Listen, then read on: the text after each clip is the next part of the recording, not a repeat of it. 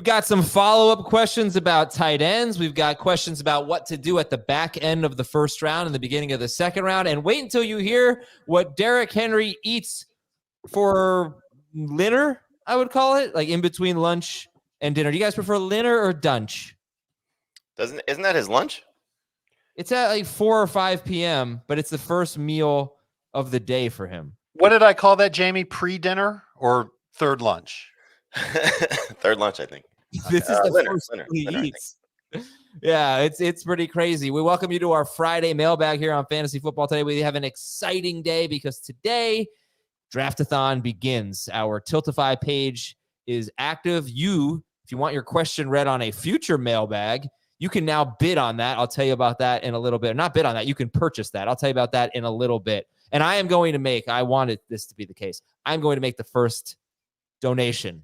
I'm going to kick off Draftathon today with a donation. Okay? Good. Anyway, our email address is fantasyfootball@cbsi.com. You have to shave the 3 lines in your head, right? I mean, it's fine. It's fine. We pay a lot more money. I'll shave something else. I'll shave Go Eagles in the back of my head for a certain amount of money. Yeah. Don't make promises you're not going to keep. If I get like $500, I'll put that in the back of my head. That's so $500 will get you to shave anything in the back of your head that's obviously not profane. I think so. I got to figure out how Just long. Be careful what you say because you've walked down this line before and haven't fulfilled it. Right. Okay, You're also talking to 2 very devious guys that will think of something really terrible. And we know not those shaving inside of your head. Yeah, like I got to figure out how long it fades away because I have events that I have to go to this fall. So we'll figure out the right way to do it. Anyway, email address fantasyfootball@cbsi.com. The letter I. Apple Podcast questions. Apple Podcast questions. Part of this. You know how hair works, right? Yeah, but are we talking like 6 weeks? Or are we talking 2 weeks? How long does it take to? I think just as long as somebody could see it, then you could fix it however you have to. But you can't. If you shave something in the back of your head, you can't fix it. You can't go back and be like, "Hey, can you put that hair back?" No, but you just cut it, shave it to a 1 or a 0, and it'll be fine. I don't know about that. That would be weird. But see, this is the problem. You're making statements, then you're not going to follow through. Welcome to Fantasy Barbershop today. You just said $500 will get something shaved in your head. I didn't guarantee that. First of all, here we go. In writing. I'm just saying I'd like to research how long it would take for it to go away. Because I have, then we have to plan it properly. That's all. Anyway, if we do this right, we could collect enough money for you to shave something early on in the Draftathon, and then when the Draftathon ends, maybe we'll have more. We can get a 2-for-1 here. That would be amazing. That would be news and notes. News and notes. We'll start with this about Jordan Addison. Darren Wolfson, the local reporter in Minnesota, he says that people within the organization are incredibly pissed off at the recent actions of Jordan Addison, and a likely suspension is coming either from the NFL or from the Vikings. Yes, this came out a day after I drafted Jordan Addison in the Scott Fish Bowl. I don't know that I would. He's going pretty late now. It was not like he was going early before, but I saw like Roma Dunze went after I took Addison. Would you guys take Odunze or Addison at this point? Today, still Addison. Ooh. Okay. I'd still go with Addison, hoping that long-term he'll be the better fantasy point getter. So number 2 target in Minnesota. So the thing you got to worry about if there is a suspension, that by the time he comes back, is that when Hawkinson is back? Because the appeal right now for me with Addison is no Hawkinson while the quarterback play is still uncertain. Now, once the quarterback play is settled, if it's good, that should help Addison. Should help everybody, obviously. But it feels as if this is just trending in a very bad direction for him. Okay, yeah. In my Scott Fish Bowl draft, he went in between. Well, he went after Marvin Mims. That's a return yards thing. Jackson Smith and Jigba, DeAndre Hopkins, then Jordan Addison, and then the next receiver was Khalil Shakir, and then and then the return yard thing, right? And then Roma Dunze. Okay, and Jamison Williams. So next news item: Nick Chubb is expected to start training camp on the PUP list. Let me see if he's off the board. Yeah, he went right in the same right after Javonte Williams, DeAndre Swift, Tajay Spears, Austin Eckler, Nick Chubb, Brian Robinson. Javonte Javonte Williams, DeAndre Swift, Tajay Spears, Austin Eckler, Nick Chubb, Brian Robinson. How soon after that video of him working out was posted did he get picked? Because I feel like that's what started people getting more excited about Nick Chubb again. Just seeing any footage of him doing anything and looking good doing it is enough for some people to get reinvigorated over Nick Chubb. Mike Williams is on the PUP list. Seattle, that's Jets wide receiver Mike Williams. Seattle right tackle Abe Lucas is on the PUP list. He missed a lot of time last year. Hope he gets healthy. Miami left guard Isaiah Wynn is on the PUP list. So are pass rushers Bradley Chubb and Jalen Phillips. Do you think the Dolphins could have one of the worst offensive lines in the NFL this year? It's probably the biggest concern. When you look at it, after what they lost and dealing with some injuries, and if Armstead can't stay healthy, which has been a huge issue for them, then yeah, it could be a big problem. So something to keep in mind for me, more so with the running backs than it is for the passing game. But obviously concerns for Tua too. I would just keep in mind that they run an offensive run scheme that is supposed to be not easier necessarily for offensive linemen, but offensive linemen they can find guys who can zone block pretty easily compared to power block. And they've tried to address the position. They've drafted Paul, I think, in the second round as a tackle. I think they're hoping that he can start for them. I think I don't think it can be any worse than it was last year, but I don't think that they'll be like top 10 or anything like that in the league. Okay. Well, losing Hunt was huge. Right. They lost Hunt, and yeah, Armstead was in and out of the lineup last year too. So they got Brewer from Tennessee, right? That's new. And then they drafted Paul, and Paul can be either Paul's going to be their swing tackle or Kendall Lamb will be their swing tackle. Driscoll is there. He might have been there last year. I'm not sure. We can stop naming Dolphins offensive linemen, but they get rid of the ball so quickly. Tua just fired. That's part of it. Yep. That it does sort of nullify that, which is why Jamie was saying more worried about the running backs, if that is a concern. And Chris Olave on the reserve non-football injury list. He's expected to be fine, but right tackle for the Saints, Ryan Ramczyk, he is going to miss the season with a knee injury, a chronic knee injury. Another Saints news item, Coach Dennis Allen wants to see more consistency from Kendry Miller. And then here is the story, the profile on Derrick Henry by Dan Pompei of The Athletic. He says Henry's financial advisor, Pete Kodos, estimates that Henry spends $240,000 yearly on body maintenance. And during the season, he doesn't eat his first meal until 4 or 5 p.m. and eats only one other meal, usually around 8 p.m. That's during the season. When he does eat, he consumes nearly enough for a pride of lions. Quote, I probably eat 3 chicken breasts, some rice and broccoli, Henry says. Then I have some gluten-free pancakes, scrambled eggs, diced potatoes, home fries, and some steak. That's my kind of meal right there. Holy moly. That's third lunch. Yeah, that's my God, that's 3 days worth of lunch. It's impressive. I don't think I could do that. So let's do it right now. I'm going to make this donation. Draftathon. But if you want to go to this website, everybody. It's tinyurl.com/draftathon, all one word, no hyphens or anything. Draftathon 2024. tinyurl.com/draftathon 2024. Click donate now and donate. But if you go to that page, you can just make a regular donation, or you can scroll. Go ahead, Schaefer. Scroll down. Let's go to our featured item. You can pay $25 to guarantee that your mailbag question will be answered. We have 50 of these spots available, and that would be for the next 5 mailbags, not including today. Starting next Friday, $25. Ask your question. We can reach out to you. You'll have to give your email, but we'll get a way to have your question guaranteed to be answered on our Friday mailbag. It costs $25. Don't think of it as paying to have your question answered. Think of it as donating to St. Jude. That's really what you're doing here. And if you'd like to donate more than that, then you just go back to the Tiltify it's a Tiltify page, but we'll give you the tiny URL. Again, tinyurl.com/draftathon 2024. Just go back there and click donate. But again, you pay $25.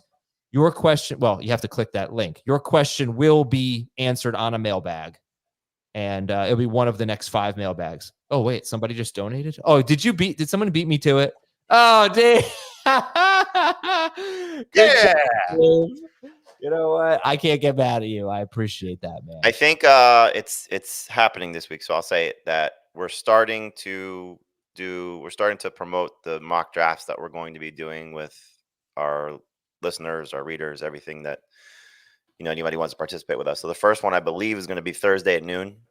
The way to participate in that will be on the page, I think, by the end of the day. And then there's going to be a lot of mock drafts that you guys can take part in with us. So,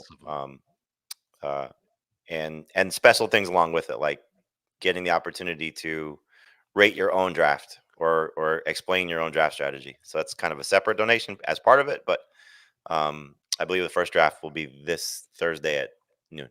This coming Thursday at noon. Let's take a quick break and start our mailbag after these messages, and I'm going to complete donation right now. Dave's kicked off Draftathon with a $50 donation, and I donated $51. So you cheap bastard. We'll be right back on Fantasy Football Today. Well, you need your sports news anywhere? We've got breaking news to bring you. Then get your sports anytime you want them. Big trade news overnight to discuss. Because we know you need sports all the time. A lot of movement in the rankings this week. A legend adds to their legacy. We're bringing you that breaking news right here on HQ. CBS Sports HQ, anywhere, anytime, all the time. It's time for your Apple Podcast questions and your emails. This one is from Joseph in Detroit. He is in a 10-team PPR redraft league. He's going to have the 10th pick. He likes going running back, wide receiver. And if A.J. Brown falls, he'll take him. But if A.J. Brown does not fall to him with the 10th pick in a 10-team PPR league, Joseph from Detroit wants to know what combination of Garrett Wilson, Puka Nacua, Gibbs, and Taylor you would go with. What combination of Wilson and Puka at wide receiver and Jahmyr Gibbs and Jonathan Taylor at running back would you go with? He wants to go running back, wide receiver, but I'll leave it up to you guys. How would you, Dave? You can start. How would you make these 2 picks at the swing? I'd be a little worried that one of those 2 wide receivers wouldn't make it back to me in round 2. No. He's got back-to-back picks. Oh, you're right. Sorry about that. So you don't have to worry. I think I definitely like Wilson better than Nacua. I think there's more upside for him. And is Nacua going to play a bunch of games without Cooper Kupp this year versus Garrett Wilson? Hopefully getting a lot of games with Aaron Rodgers. I just think that there's more there for Wilson than there is for Nacua. And as for those running backs, I think especially if catches count, Gibbs has an advantage over Jonathan Taylor. And we saw just so many explosive plays from Jahmyr Gibbs last year. Already talked that he's going to get more work. That makes sense in that offense.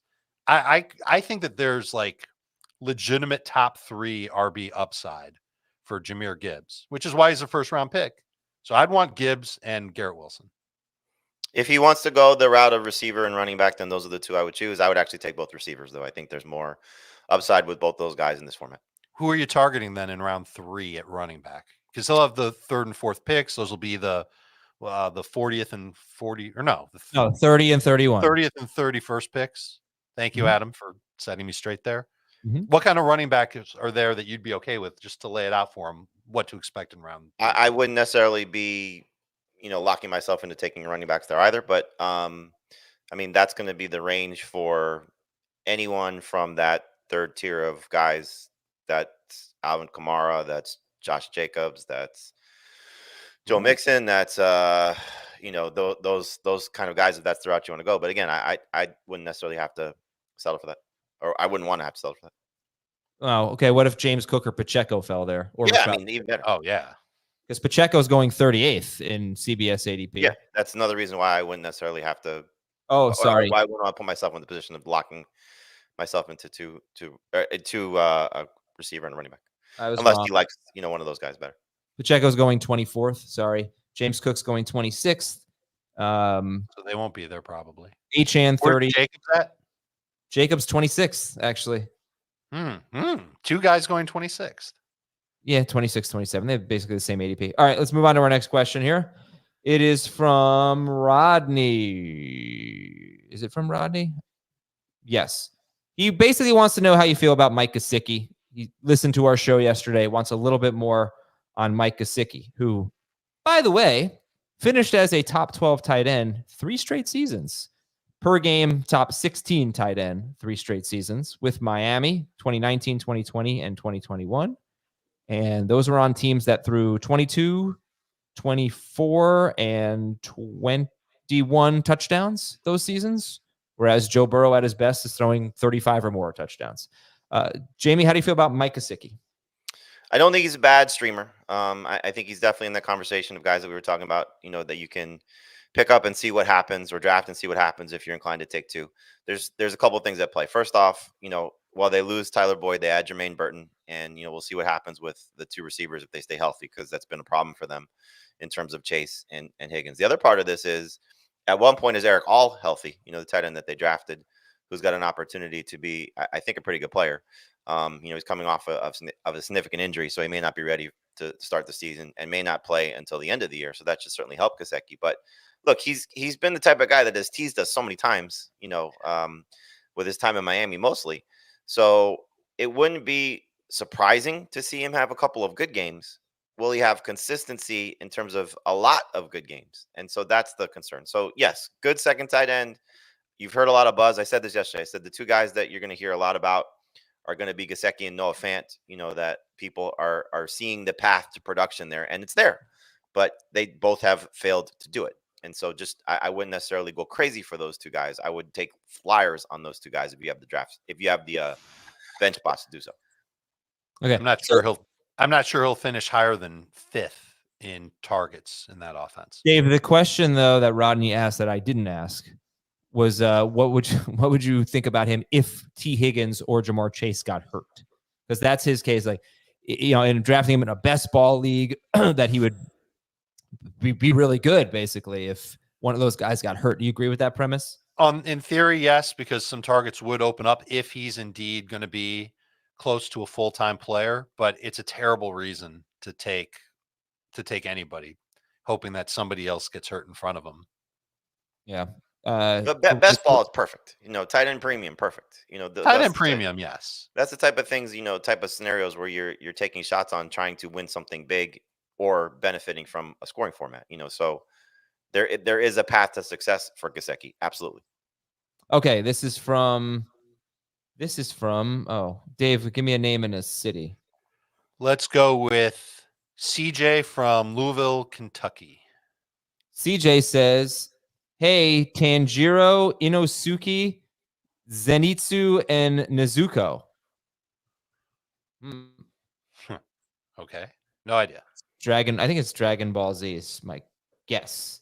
And he says, "This is fun. Bonus, decide which one of you guys is Nezuko." That's me. Sure. As we enter draft season, I think there should be greater emphasis on league losing downside. We always talk about league winning upside, but I feel the busts in the early round lose you the year. Last year, I managed 3rd place with my first 5 picks being Eckler, Waddle, Ridley, Fields, and Waller. Probably the worst draft possible. I was saved, ironically, with Kamara and Mostert and a bunch of trades. No one can predict the year. I'll try to shorten this here. I will not be touching Devon Achane with a 2nd-round pick or Justin Jefferson with a first 6 pick price tag. Those are league losing downside players that I'm talking about that have too much risk. Same with Jahmyr Gibbs and Marvin Harrison. The price is way too risky to potentially throw away a 1st or a 2nd-round pick for the chance of, quote, league winning upside. I wanted to share these thoughts and was wondering if there could be more time spent on sharing info on some of these high risk players. So basically, this guy wants to avoid league losing downside in the first 2, maybe 3 rounds. Let's say 2 rounds. Who are some players that you think have league losing downside in the first 2 rounds? I mean, you start with the number 1 overall pick, right? McCaffrey. Okay, but what's the argument for that? Just that he's coming 28 off and coming off the season with 400 plus Yep. touches. I mean, look, I get the premise, and it's totally understandable. There are players that have less risk and higher floors than others, and so like the conversation we've had the last couple of days of George Kittle versus Kyle Pitts or Dalton Kincaid or Cooper Kupp versus Drake London. We know what one guy has done and what one guy we hope to do. So I mean, even just the conversation we just had about Puka and Garrett Wilson. One guy is coming off a season where he broke records and was fantastic. And another guy, we're still waiting for his quarterback, who, by the way, is 40, coming off an Achilles injury. And I agree with Dave. He's got more upside. It's not by much, but he has more upside, it feels like. Mhm. So I think when you look at the players in the first 2 rounds, there's maybe 1 or 2 that feel like just completely safe. Like, to me, AJ Brown and Amon-Ra St. Brown feel safe, like so safe. You've seen it. They're in their primes. Their quarterbacks are great. They both got paid. So it just feels safe. Like Jamar Chase doesn't feel safe. If you want to, start to nitpick it, Justin Jefferson, as the email alluded to, doesn't feel safe.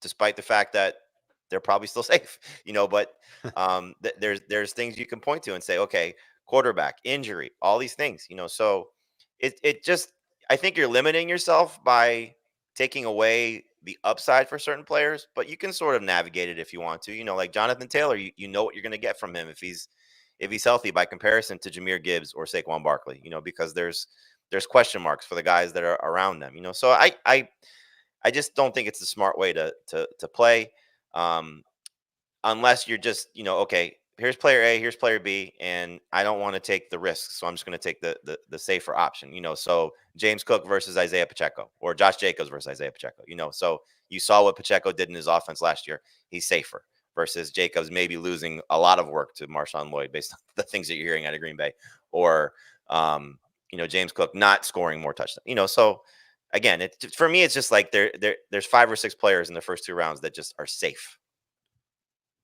Only 5 or 6. Well, again, when you start to just dice everything, slice it all apart, and you peel back the onion, like, again, McCaffrey's not safe. Yes, he is. No, he's not.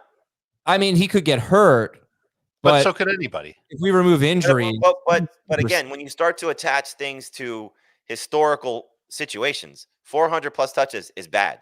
28-year-old running backs is bad. So is he still worth the risk? Why are you taking him first overall if it's bad? But what I'm saying is, if you're just looking at the negatives, then you can make a case for a lot of these guys. You're taking I agree. Players with long history of success. That's what I feel like. You're just going to push yourself into believing that players who've had, 6 straight years of 14 plus fantasy points on your team, and you're going to miss out on the younger players that have the potential to break out. You would have passed on Jahmyr Gibbs last year, as an example. Jahmyr Gibbs has never done anything in the NFL, but you know what? He ended up being great. Our job is to project. And I think the more that we look at a player like Justin Jefferson and we say, all right, the quarterback situation's changed. Maybe the offense changes a little bit, and maybe they don't throw as much as they used to because of it. Maybe his ADOT goes down a little bit more. Plus, he got hurt last year. Now you're building a case for what his downside is. But that's why he's not the number 1 wide receiver. If everything was the same as last year, I think he'd be the number 1 wide receiver in fantasy. Yeah, he would. He might be the number 1 overall pick. But it's not that way. And so when you start to think about legitimate reasons for downside, that's when you could start to get a little skittish on a player. But I wouldn't consider injury one of those things unless it's a player who's already exhibited concerns about injury, like Eckler as an example. Just the way that he looked last year before he even got hurt. And then when he came back last year after he got hurt, he looked even worse. He played one game. He got hurt in week 1. I know that you watched the film of that game and you didn't think he looked like the same running back, but I feel like Eckler's season was derailed. Did he have a huge run in that game? He did. And I watched it with Dave, and like we watched that run and we compared it to some runs like slightly earlier in his career. I think you could make the case that he didn't look as explosive, but he did have a huge game in week 1. And then he had a high ankle sprain, which often derails seasons, like it did for Saquon Barkley, like it did for Jonathan Taylor. So that's just a small case for Eckler. But anyway, would you say that Bijan Robinson and Breece Hall are safer than Justin Jefferson? No. Yes. Okay. And that's the other thing is that you can't play at yes. You probably can't get a consensus about who's got the league losing downside. That's really in the eye of the beholder, I would say. All right, but it's a good question. And if you are risk averse, then take that into consideration. Okay. This is from Radio Teacher. Ambiguous backfields. Pick your choice for these 6 teams. I don't know if this has got to be an ADP question. So let's say who's the better value. Connor or Benson in Arizona? What are the current ADPs? All right. We'll look at CBS PPR ADP. Please. I think they're too close to say Benson's got a huge edge. Connor 69th, Benson 96th. Huh? I'll take Connor. I'll take Benson. Najee Harris or Jalen Warren? Warren. Najee is at 66th. Warren is at 104th. Wow. At those ADPs, I'll take Warren. Seattle. Oh, no. Chicago. Chicago is not an ambiguous backfield, is it? No. It's Swift's, we think. Well, no. Swift is going to lose work to potentially 2 other guys. It's almost certain that he will. Right, but it's not ambiguous. We know who the guy. We know Right. the clear Like, guy is. I don't care what the ADP is. I'm taking Swift first. How about Ken Walker or Charbonnet? Kenneth Walker. Where are you? Walker is 42nd overall. Charbonnet 126th. It's so rich for Walker, but If I get Walker, I'm really into getting Charbonnet too, knowing that his ADP is going to be round 10. I also don't think this is ambiguous. I think this is Walker's job, and Charbonnet's the backup. I think Charbonnet will end up having a pretty decent role. Walker, the main guy, no question. But you're right about that ADP being a little rich on Kenneth Walker. All right, Zach, last one, Cincinnati. Zach Moss, 74th overall. Chase Brown, 113th overall. Brown. I mean, the fact that Brown continues to fall is making it easier to say Brown. Yep. Yeah, I still think that I would agree with that, but I just still feel like Moss is going really low also. Yeah, I it's such a tough question because like most people are going to just say the better value, and that makes sense, So when there's some level of uncertainty, but I would assume Walker's going to get the majority of carries, and Charbonnet will get work on passing downs, but Walker will still get some catches. Moss is going to be in the same situation, and Swift is going to lose work to those other guys. So for those 3 situations, like I would still prefer the starter, but if you're just saying, okay, who do you want based on cost, you're taking the cheaper guy. Which one of those starters is most likely to miss time or get benched for bad play? Moss. Agreed. Wait, you're talking about Seattle and Cincinnati? Was there another group in there? Seattle, Chicago. You could pick any of them. Well, I mean, injury, you got to say Arizona. If Connor gets hurt, sure, but Moss can get hurt Performance, too. Injury risks. Performance, it's Moss, right? I mean, he's the most likely. Yeah, I don't mind getting both Bengals running backs, especially if I'm going with a 0 or hero RB build. But Chase Brown's someone I'm starting to get more and more excited about. And that ADP, it was like 113, you said? Yeah. Smash it. I love it. Okay, this is from Juan. Where's he from? Juan is from Detroit, Michigan. Dear Milo, Mike, Mitch, and Miriam. It's the first time I realized how many M names there are on Mayor of Kingstown. So thank you for that, Juan from Detroit. Will you guys have a show about coaching tendencies? Let's sum it up. Which coaching? Because again, we have been talking about this for months, but we have a lot of new audience members. So this is fine. We'll repeat it. Jamie, give me a few head coaching or offensive coordinator moves that really move the needle from fantasy standpoint in a good or bad way. 2 that didn't happen are certainly fantastic for me. Is that's Ben Johnson and Bobby Sloak staying where they are, so in Detroit and Houston. Very curious to see how the Clint Kubiak move is going to impact the New Orleans offense. That's one that I'm very excited about. It's kind of everything's new, but Kubiak going to Washington, I think that's going to be interesting to see how that works with Jane Daniels, because Kubiak has certainly done a good job with Kyler Murray from a fantasy perspective. Kingsbury. Why do I keep saying it? Yeah, you doubled down on that one. Yes, Kingsbury. Yeah. Sorry. You mentioned the Chargers yet? No, that's one that we're a little worried about. Yes, for what the upside of Justin Herbert can be, and still being there. So it's really fascinating because he's going to be better than where he gets drafted. He's going to outperform his ADP because everybody's just completely running away from him. But how much will he be closer to what his career highs have been? So those first 2 years are great. Last 2 years have been struggling. Injuries played a part in that. But yeah, that's another one. And then Ryan Grubb in Seattle. That's going to be a fun one to see if that offense carries over from what he did in Washington to what he can do with the Seahawks offense there. So very curious about that one as well. What about Arthur Smith in Pittsburgh? Going there, we know that Arthur Smith is a maestro when it comes to the run game. Is he going to be the guy that sets those running backs free and really turns them both into potential fantasy starters? Could it be? I don't think it'll be as good as like what Detroit has. Let's not go crazy, but maybe they can improve significantly on what they did last year. And they were both okay.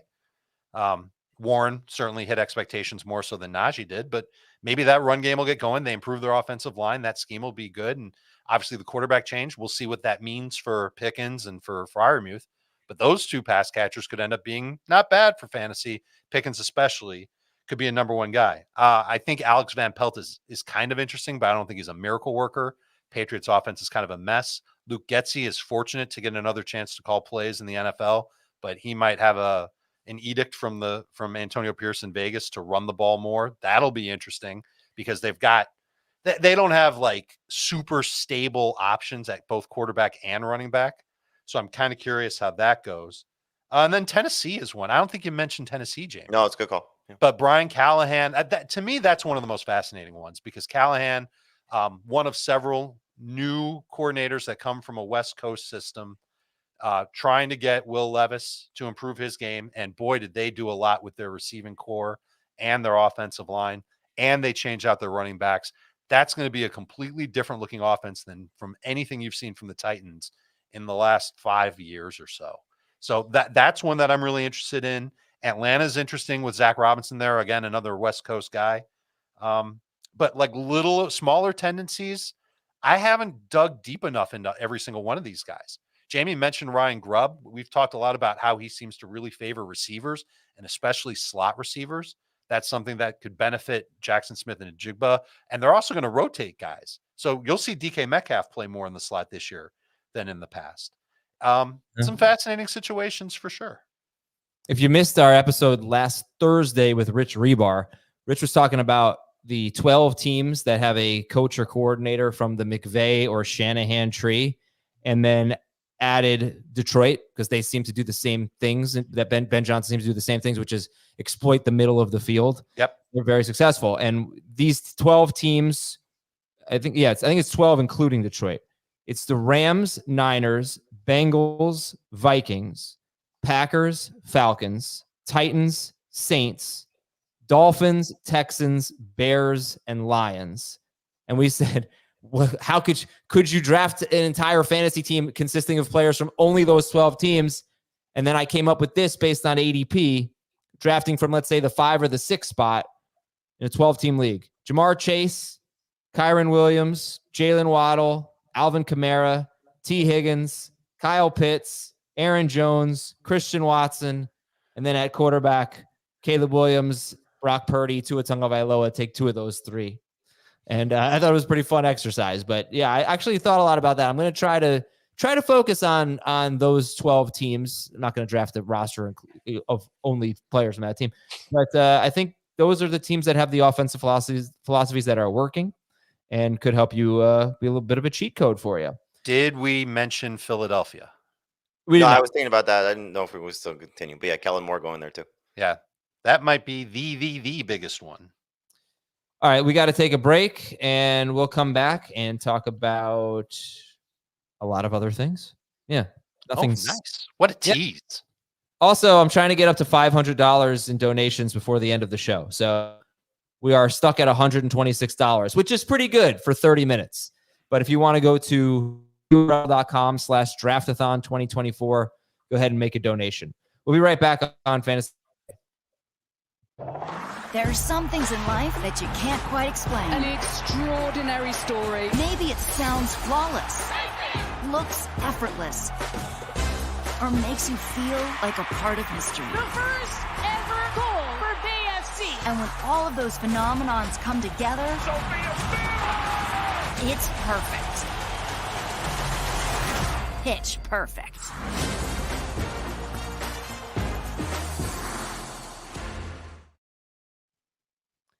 We're going to pick up the pace a little bit here, guys, on the mailbag so we can get to the rest of our questions and save some time for our YouTube audience. This is from Isaac. I play in a lot of high-stakes, half PPR fantasy leagues. I'm struggling to figure out who to pick after pick 14. This is after Barkley, Jonathan Taylor, Garrett Wilson, Jahmyr Gibbs, that tier, they're all off the board. There's a big variance in your non and full PPR rankings at this point. So remember, he's in a half PPR league. So who would your next 5 to 10 picks? You don't have to name all of them, but who would your next, best players be in half PPR? Are we talking Kyron Williams, Derrick Henry, Etienne, Pacheco? Or are we going Olave, Harrison, London? Jamie, where do you typically go in a half PPR league after the 14th pick or so? What did he do in round 1? I don't know. It's a big I don't part know of that. I don't know that he had his drafts yet. I think he's just trying to kind of mocking it. Yeah, right. Like maybe there's some advice here on what he should do Yeah, in no, round but 1 based on what he could do in round 2. Yeah, I think if you did not take a receiver in round 1, I would not want to leave my first 2 rounds without one of those guys. So I would probably lean Marvin Harrison if he's still there. Then if you did take a receiver in round 1, then that group of running backs that you listed. So Kyron would be the first choice for me, half PPR. So I would probably go with ETN, then Henry. Yeah, and I think that assuming Barkley and Taylor are gone. To answer the maybe more general question, these guys are gonna PPR leagues probably draft more like it's definitely gonna draft more like it's a PPR league than a non-PPR league. It's not like everyone's value is the same in half and full PPR, but if catches count, you should probably use the full PPR rankings. And so just so I'm clear, so 14th overall and Barkley and Taylor and Gibbs are gone? Yes. So then that should certainly still put Wilson and Puka in that range. Puka, yeah. One of them, I would Puka think. might be. Yeah. All right, this is from Zach from a city south of Alaska. Vancouver is such an easy answer. Let's just make it easy. Vancouver. Hey, Ricky, Julian, Bubbles, Randy, and Jim. Yeah, so that's a Canadian show, so you might be right. It's Trailer Park Boys. My league just voted to eliminate kicker or DST in favor of adding a bench spot. What position should it be? It's a super flex league that so far starts 2 running backs, 3 receivers, 1 tight end, 1 flex, and 5 bench spots. So I've got to get rid of a kicker or the DST? Yeah. Which position? Bye-bye kicker. That's easy. Especially with the new special teams rule on kickoffs. You lean into that. That should be fun. Okay, yeah. That was an easier question than I made. I hope it's fun. Michael Linklater. Where is Michael Linklater from? He's from Sheboygan, Wisconsin. I'm listening to the tight end tier episode, and I thought of something I've never heard you address. He wants to talk about projecting trades. Are there any players, because he's thinking about maybe the Bills, he's thinking about Dalton Kincaid in terms of tight ends. They would trade for Devontae Adams or something like that. Are there any players that you guys are projecting as being likely to get traded? Oh, boy. I mean, I think you look with the contract guys. So there's 3 receivers that came to mind: Ayuk, Adams, and T. Higgins. So if those 3 teams are out of it, and correct me if I'm wrong, they extended the trade deadline this year. So that allows teams, I think, the flexibility. So, if the 49ers, let's say, have a Super Bowl hangover and they're struggling, and Ayuk is still playing well and they want to get something sooner than they may want to explore in the offseason for him.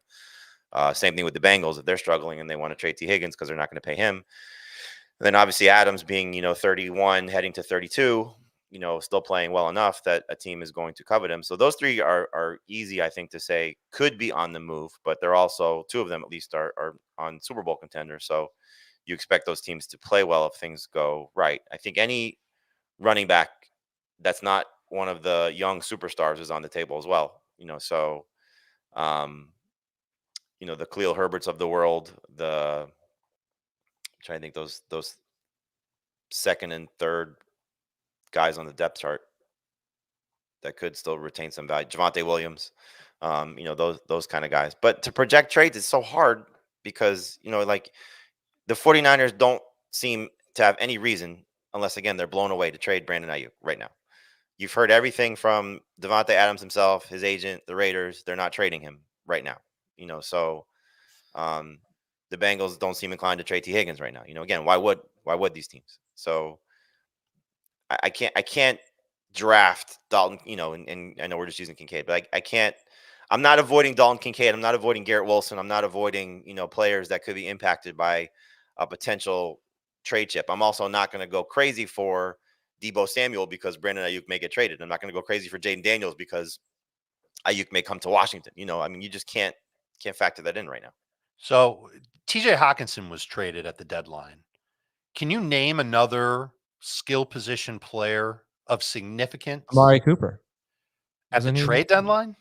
Wasn't he? Was it to the Cowboys? Didn't the Cowboys acquire him mid-season? Almost positive. Yes, they did. That might be the case, but it feels like that feels like it was 5 years ago. Oh yeah, maybe you're right. Yeah. So now And that's it was 5 two years. trades in the last 5 years. Am I missing one? It was 6 years ago. It's 2018. 2 in the last 6 years. McCaffrey. There might be 1 or 2 that are Yeah, listeners. McCaffrey. Yeah, good call. McCaffrey. Yeah. Okay. That's But pretty still big. rare. It's still rare. Right. And so Let's go. there's just a lot of like salary cap issues that go into it as well. It's not like baseball or basketball. Teams don't tend to do this. I think the NFL wants it to be that way, and that's why they keep moving the trade deadline back. But I don't think you can project anything like that. All right, next question is from Matt. If McCaffrey, give me 30 seconds on this. If McCaffrey is the first pick, is it too much of a reach to grab St. Brown with the second pick in a PPR draft? I think it is, but if that's your guy and you've got the most conviction on him, then do it. So just going back to the safety question, Lamb's got a contract situation he's dealing with right now, may not be there for camp. Chase has Joe Burrow and his wrist injury. Jefferson has quarterback concerns. I mean, Tyreek. If Tyreek is 30, so I mean, there's all 5 receivers that are going to go in the top 5 of that position can easily be number 1. Easily could be over 20 PPR points per game. They showed it last year. Yep. Matt, it's your team. Fantasy's supposed to be fun. Draft the players that you want. Or trade down. See if you can make a move to get 2 or 3 spots lower and get St. Brown. There you go. Brad from Nashville. My team's depth was sunk last year by falling for Cam Akers and Dameon Pierce hype. Who are the most likely versions of them this year? So those guys were what, like in the 20s, right? Pierce ended up being a 4th round pick. I don't think Akers is. I'll take a look. He wasn't far off. That high. So my first thought is running 6. backs that don't have a good track record, or maybe they just did a little bit of work. So, I mean, I hate to put Zamir White in that category, but he's someone that stands out. Maybe Pollard, although he's had a lot more work. Rashad White was a 1-year wonder. Is Pacheco a 1-year wonder? I think kind of. Kyron. I think Pacheco. Kyron's a 1-year wonder for sure. Kyron comes to mind. He's a 2nd round pick or a 3rd round pick. Pierce.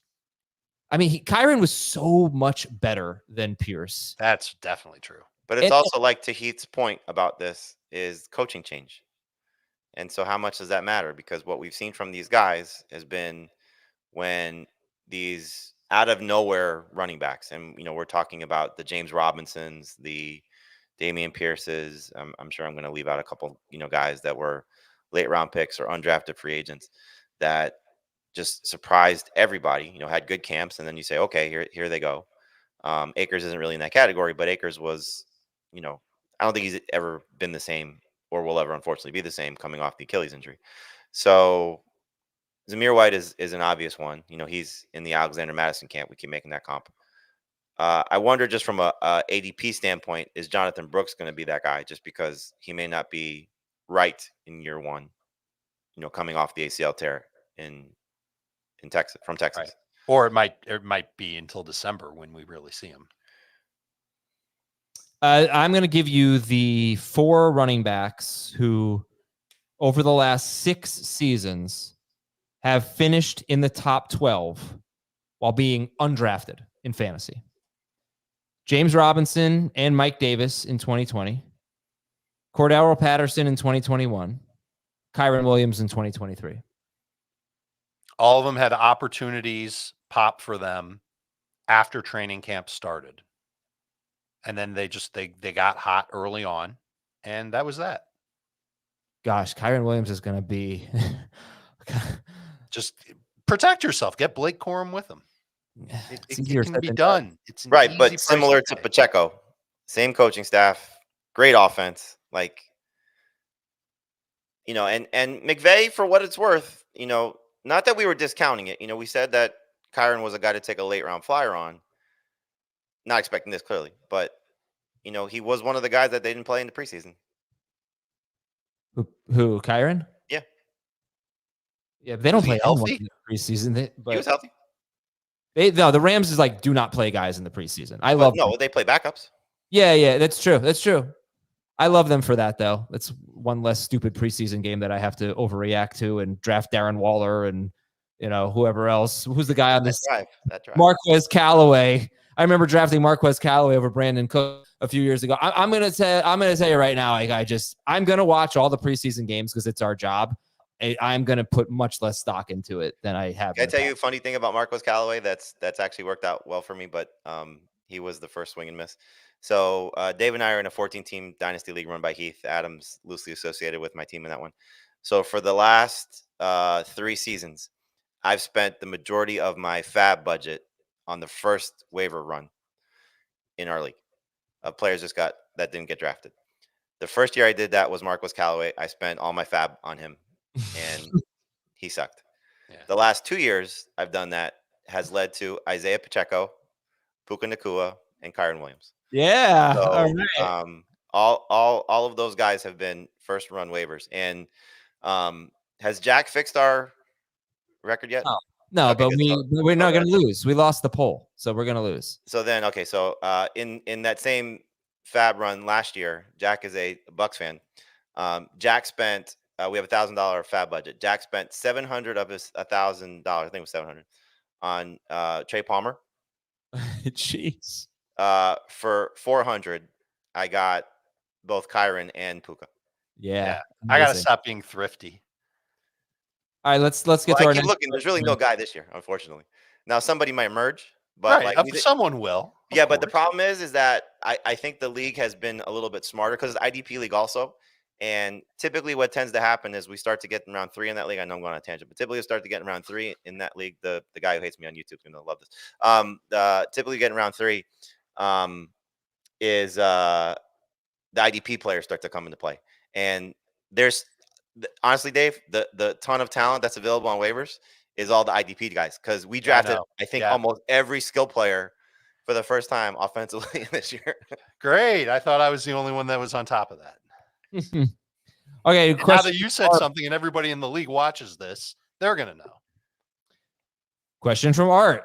Hey, Sammy, Eddie, Alex, and Michael. Is that bum, bum, bum, bum, bum, bum, yeah. Tears for Fears, head over heels. No. Van Halen, how would you draft a redraft league if all 5 of your starters were flexes?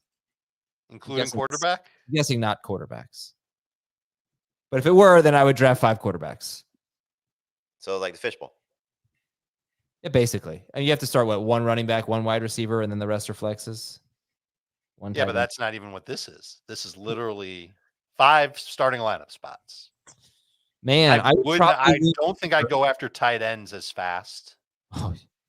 I might go 5 straight receivers if it's full PPR. If it's non-PPR, I might do like 3 running backs, 2 wide receivers. Let's just assume it's not non-PPR. So let's go. There's still a lot of people that play non-PPR, Adam. Not Art, not a Van Halen fan. He wouldn't play non-PPR. He might actually if he's been playing fantasy football since Van Halen was popular. But in half PPR, it's a tougher call. Probably, mix it up, running back. All right, let's take like Isaiah Pacheco versus Chris Olave. Who do you think scored more points last year in half PPR? Pacheco. I think it was Pacheco. Okay. I think I need a second to tell you. Are you doing this on per game or total? No, total. Total stinks, dude. Okay. Per game, Olave was 11.6. Pacheco was half PPR. Pacheco was 13.9. Booyah. Next question. This is from MC. Ooh, I hate this one. Have to give your boy Dan some credit here. The wife and I were searching for a movie to watch. I just listened to the podcast where he mentioned The Prestige. That's my whatever his name is. What's that actor's name? Michael Caine. The Prestige. That was supposed to be That Michael was Caine. terrible. So bad. Failed you, Master Wayne. Anyway, the movie is epic. So good. Give Dan a movie segment. Woo. And then Justin yeah, but see, listen. The reason we gave Dan crap for that was, and to his point, proven correct. I still think we were set up for that one, Adam, because Thomas had that very quickly. That top 50 movie all time. Yeah, I don't believe it. And then Thomas, without like hesitation, it wasn't like, hey, let me go look that. Like, it took you what, 30 seconds to look up who was the best half PPR? Oh, yeah. No, right? Like, you had to search for it. Like, Thomas, all of a sudden, bang, IMDb top 50 movies. Like, I don't know if he has that at the ready, but that was a little quick. Okay. Anyway, Justin says The Prestige is the most underrated movie of all time and a top 5 Christopher Nolan movie. 1, Inception. 2, Dark Knight.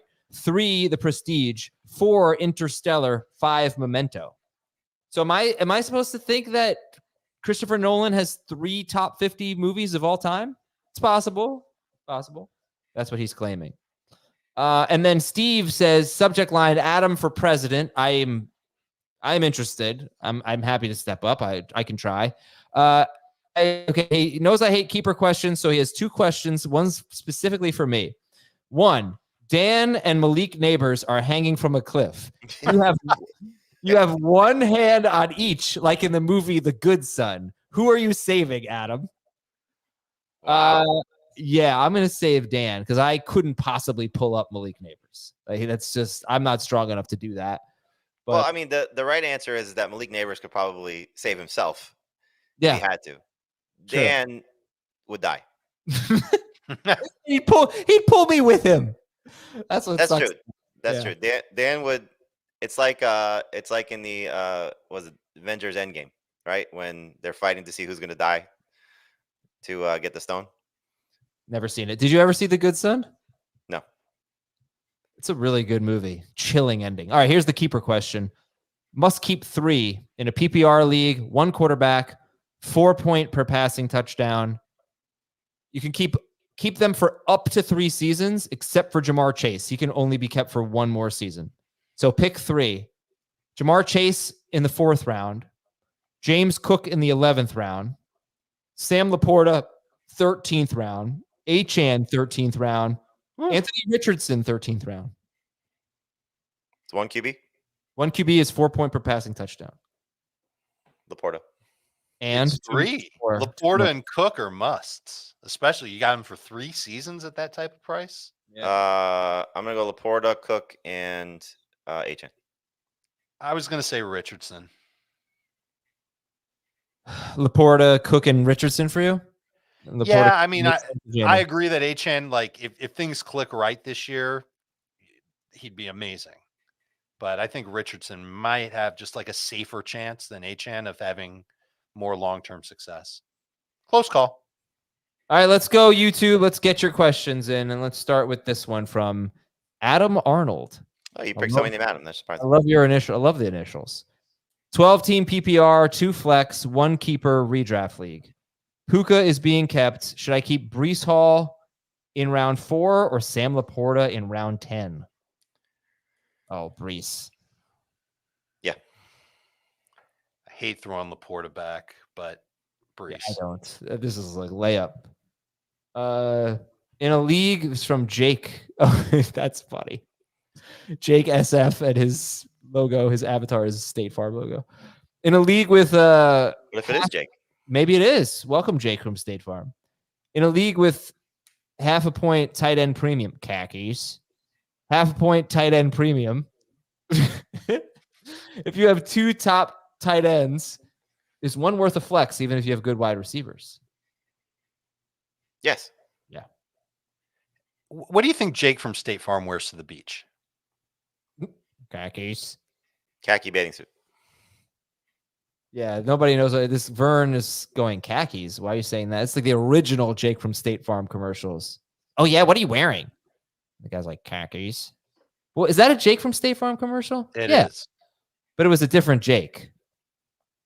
Right? Yeah, I'm pretty sure it's a different It was Jake. a different Jake, and it was the wife who was accusing the husband of on a phone call with his mistress, but instead it was with Jake from State Farm. Yeah. Mr. Scampers thinks he wears a khaki romper to the beach. Do you still have Scampers your Giants romper? I do have my Giants romper. Yeah. I'd love to wear it on the show, but you wouldn't really be able to tell that it's a romper. It's a onesie. It's not a romper. It's a onesie. Matt Weber, PPR League. Olave for a 7th or Kincaid for an 8th? Olave. Same. Well, she's a guy, so yeah, that was one of the lines. That's a really funny commercial. It's probably on YouTube. You can find it. Okay, I'm waiting for questions to come in. Let's check our Tiltify page. $126. We only got one more donation. We got a $25 donation from Nikki T, who bought a question on a future mailbag. So that is good stuff. Nice. Thank you. tinyurl.com/draftathon 2024. Question from Jonathan. Half PPR, 10-team league. Nico Collins in the 13th round or Anthony Richardson in the 15th round? Nico. Gotta be Nico. Yeah. All right. Superflex would change that answer, I'd say, but Sure. Wait, did we answer this, right? We answered Olave for a 7th or Kincaid for an 8th? like 2 minutes ago. I just wasn't paying attention. You're too busy thinking about Jake from State Farm's khakis. What are you guys doing this weekend? Working. Don't know yet. Yeah, Well, it's horrible. Something that doesn't cost money, because I just got back from Las Vegas. And boy, are your arms tired. Okay, is the industry overly optimistic on the Jets? Yes. Sort of. No. Like we're not overranking Rodgers. I don't think anybody's going crazy. We talked about Conklin on the tight end show, but like Conklin, Mike Williams, Malachi Corley, like I think people, because we got this question a few weeks ago, was we're saying 2 Jets in round 1. Like that's being overly optimistic for a guy that's 40 coming off an Achilles tear. Now, I think when you take the big picture, if he's even just healthy and upright, he's clearly better than what they had last year. Plus, the offensive line has been significantly upgraded. So it makes sense to A, buy into Wilson from just a passing standpoint because he was good with Joe Flacco and Mike White as a rookie. And B, Brees Hall was amazing last year with all the trash around him. And now everything should be better. Tim McGuire, not a sports movie, says half PPR 12-team league. Dave likes my humor. Brees Hall in the 4th round or Kyron Williams in the 10th round? Kyron. yeah, better value with Kyron. Better talent is Brees, though. I'm going to say Brees. You know that song, Kyrie, or something like that, by is it Mr. Mister? Kyrie, you know that it's like Latin. You know that song. No. We could do. Yes, you do. Everyone knows that song. Yes. Jamie, do you know that The song? road that I must travel. Yeah. Yes. Oh, yeah. Okay. Kyrie! Like we could do a Kyron thing on that, right? No, Last question. Yeah, please No, don't. Don't do that ever. Kyron, which rookie running back are you? Kyron. Which rookie running back are you targeting late in drafts? Kamani Vidal would be one. Tyrone Tracy would be another. For him, but I don't think he's going as late as you're thinking. Bucky Irving is another one, depending how deep the draft is. Garendo. What about Marshawn Lloyd? Yeah, he usually goes in that range, I guess. He's in that round 10 range, I'd say. Yeah, I saw something where the Packers offense coordinator's name escaped me right now. It's not LaFleur. Said they want to give him work. Who? Well, that's definitely expected. Marshawn Lloyd? Lloyd. Yeah, Yeah. definitely. Stenovich. For what it's worth, Megan Schaup. Let it all. Tears for Fears. She wrote a very quick story. If you ever see any of her work on CBSSports.com, I love how she gets right to the point. Very quick read, long read. She says Josh Jacobs is being underdrafted. She's talking about in best ball, and right. that there's too much hype on Marshawn Lloyd because of coach speak. Just another perspective for you. We have got to go. We have FFT. Speaking of writing, before we go. Oh yeah, I'm a writer now. Adam's a writer now. So 2 things. First off, you got to check out, I forget which one it was. Adam rhymes in one, and make sure you are aware that he rhymes. Sleepers, yeah. and then he was so lazy that he didn't come up with his own bus. He just commented on all of our bus. Yeah, that piece is published now. It's Devil's Advocate on 6 bust calls. Because I said, is like, listen, man, I'm the last one to write sleepers, the last one to write breakouts, last to write bust. I can't. You realize like I have to do it 2 more times, right? Yeah, but you're gonna have some of that. You're gonna have a lot of repeats, right? You're not just gonna Maybe. come up with a Maybe not. completely new call. It's like you guys took all of the good ones. We wasted the good surprise on you. You took all of them. So I had to think of something new. So I was like, you know what? I mean, Maybe I'll people in this industry don't have different thoughts on different players. That's I know, crazy. right? And so I just said these are 6 that I don't necessarily disagree with them. I was playing devil's advocate. I disagree with some of them. One of my favorite stat that I unearthed from this. Give me 1 second. I'll read it to you exactly because it was Saquon Barkley was the bus call by Heath, and over the last 2 seasons, the Philadelphia Eagles lead the NFL with 79 carries inside the 5-yard line. The Giants had 36. Is that running back carries? No, That's just all carries. So that includes everything that Jalen Hurts does. running back carries. The Eagles had the 4th most at 42 over the last 2 years. The Giants had the 3rd fewest at 26. Bang. So Bang, bang, choo-choo train. that's my point. It's like even if Jalen Hurts gets 10 rushing touchdowns, I still think there could be 10 for Barkley. Well, again, what was it 2 years ago? 11 for Sanders. And, 11%. Yep. Exactly. Exactly. That's why he's a top 15 pick. I just think the problem with Barkley, and this is our projections, is I think he's our 2nd running back. Oh, yeah. I also said, like, if he's going in the 1st round, that's too early. But he's I think, a very good 2nd round pick. And the other thing I noticed, I didn't know this before, 3 straight years, we've had 2 running backs finish in the top 7 in PPR with 40 or fewer catches. It's just not, you don't need 50 to get to be a top 7 running back, be a top 5 running back, and we have to go. We'll talk to you. Way, Saquon is a 1st round pick. I know. You go a in little PPR. No, in full PPR, I think on CBS he's a 1st round pick. But I on don't know other if I'd take him in the 1st round in full PPR. No, we wouldn't. We take him in the 2nd round. That's my point. Donate to the Draftathon. Have a great weekend. Talk to you Monday, everybody.